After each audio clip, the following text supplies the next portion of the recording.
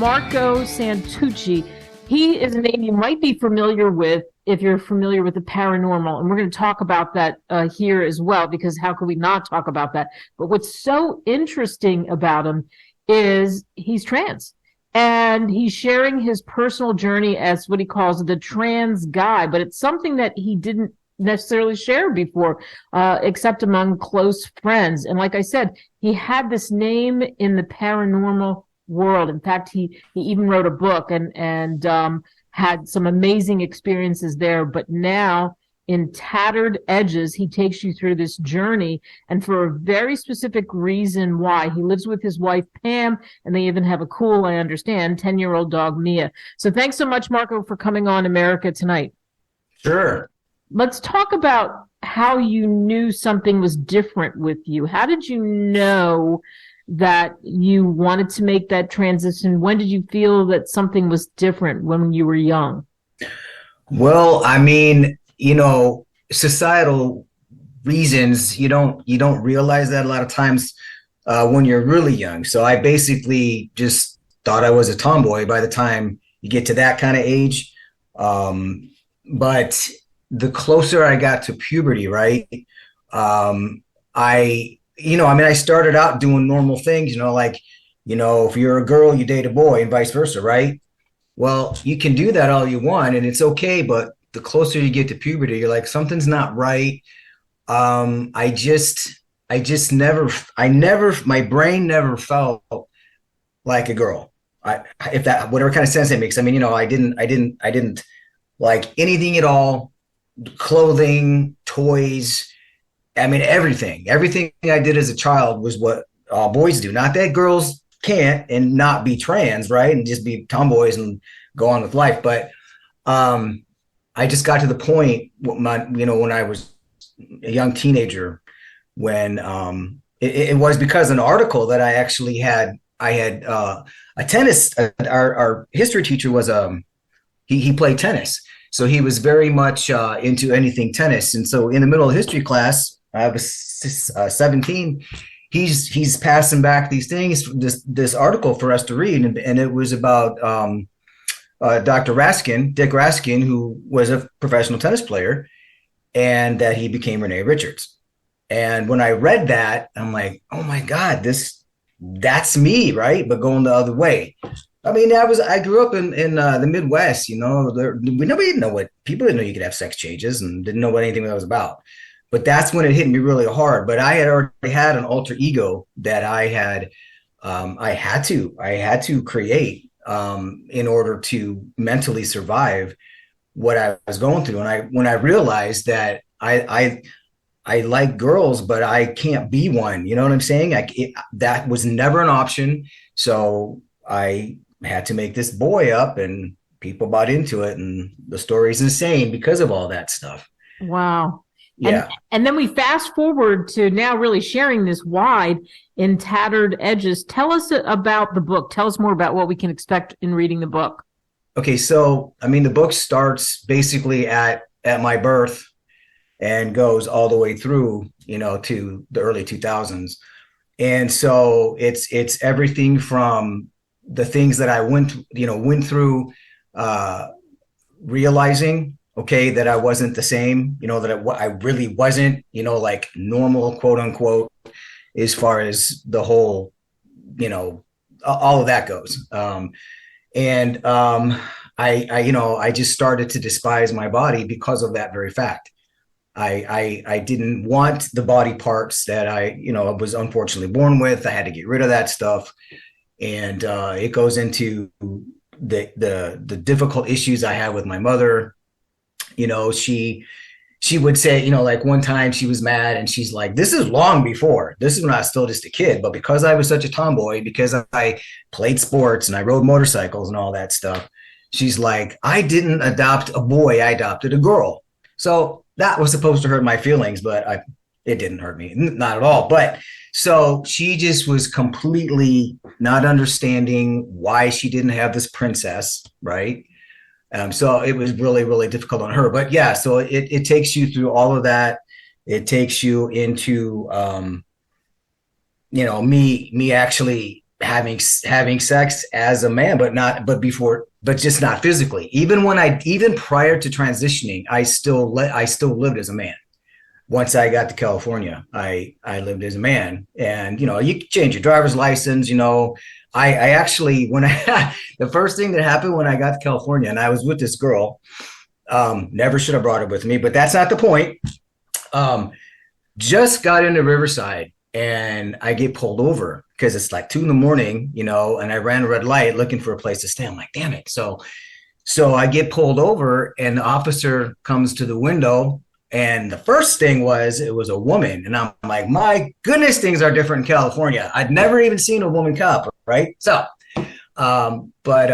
so she asked for my license. I give it to her, and she comes back to the car, and she says, because what I had done is I had manipulated my license, right? I had changed the F to an M because I had my name changed, but my gender wasn't changed yet. So I took it upon myself to do that. And she says, it's illegal to change. First of all, she asks me, she goes, are you contemplating a sex change? I'm like, whoa, wait. In my mind, I'm like, what? How does she know? I'm like, oh, right. And she's like, do you know that's illegal to do? And I'm like, yes, ma'am. No, I said, no, I didn't know it was illegal. Sorry. I said, I just thought I just couldn't have that. And she's like, well, I'm going to let it slide, and welcome to California. Wow. So that was my first, encounter with that.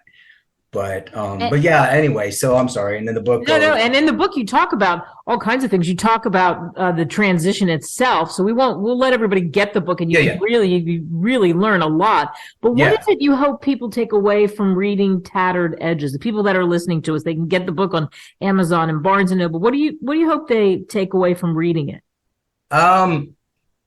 Okay, well, basically a deeper understanding. First of all, and again, my story's not as common probably the way it rolled out, but in the end of everything, trans people are very different, though still then being compared to being gay or something else within the spectrum of outside of just, the normal way that people come in to be and all that. But just you have to understand that. I mean, there's, like I said, there's misconceptions out there. You don't have to be gay before you're trans. That's just ridiculous. But there's a lot of people that just don't get any of it. And so that was kind of the part of the goal. So I do go into the more detail about, surgeries and stuff like that, because people don't understand. They just they just don't get it. And the thing is you never know who or what is standing right beside you. So many times, and I've been a part, and that just happened to me. I had to go get my blood drawn, and it happened to me again. And this lady who's drawing my blood, she's talking about, something back in the news with J.K. Rowling and her comments about trans people, and went through all of that stuff, and we're having a conversation about that. And like, yeah, she would never know, So yeah, and that's just the thing. You just don't know, and because I obviously pass, and I always have, but that's not always the case, for people, especially going the other way. Unfortunately, that's just the way it is. Right. But then, like you said, who knows? And what an interesting thing to happen to you, and obviously. It's happened to you, like you said, a few times. Yes. And so again, Tattered Edges, great story. You can get it, Barnes & Noble, Amazon, as I said. You can go to Marco's website too, marcosantucci.biz. But I'd be remiss not to ask you about ghost and paranormal, because you also have a book called Paranormal Noise, Listen Beyond the Silence. You stopped ghost hunting in 2019. What's the craziest encounter you had with ghosts? That is there. I don't know where there. You need an hour for this. So I know you don't have that, but there's so much stuff. And, I know that other answers I could have given. Let me just talk about this. I mean, there's a lot of things that we have seen it. And first of all, me and this other guy, Scott, we were called Darklands Paranormal. If you Google Darklands Paranormal, all kinds of stuff's going to come up about, presentations, the newspaper articles, stuff on TV, all kinds of stuff. So anyway, just remember that. But so we had done a whole lot of stuff, and I have audio that is just like you and I talking, and I this is how that Paranormal Noise even became to be, because it's written out like that. That was before Darklands. But with Darklands, when we went into the public library in Upland, California, Scott on film caught what I deemed a time machine, because and what that means is, when you're taking photos, you take a series of photos and then you go through them, and obviously if you see something that's not really there or whatever, you got something to compare it to. But I was not a Doctor Who fan, but when I realized what the TARDIS was, that is exactly what this thing looks like, that Scott got on film. So when you look at photos side by side, you see a picture of it not there, and then it is there, and then but anyway, it happened. Well, so that was kind of the finale of our presentations. Like, we did presentations for the library for free. The first time 200 people came, you could only seat 80 people. The next time we did it in the Grove Theater. So 500 people come to see us do a presentation, right? That was pretty crazy. Boy, no kidding. I could talk to you all day, all night long. Yeah. So many interesting stories. Your life is interesting. There's no question. As you said, it's easy to look up Darklands Paranormal, and also to go to marcosantucci.biz, which you have that there, and you talk about that book, and of course Tattered Edges, which is where we began. And right. Thank you so much for coming on. Marco, it's been a delight. Thank you.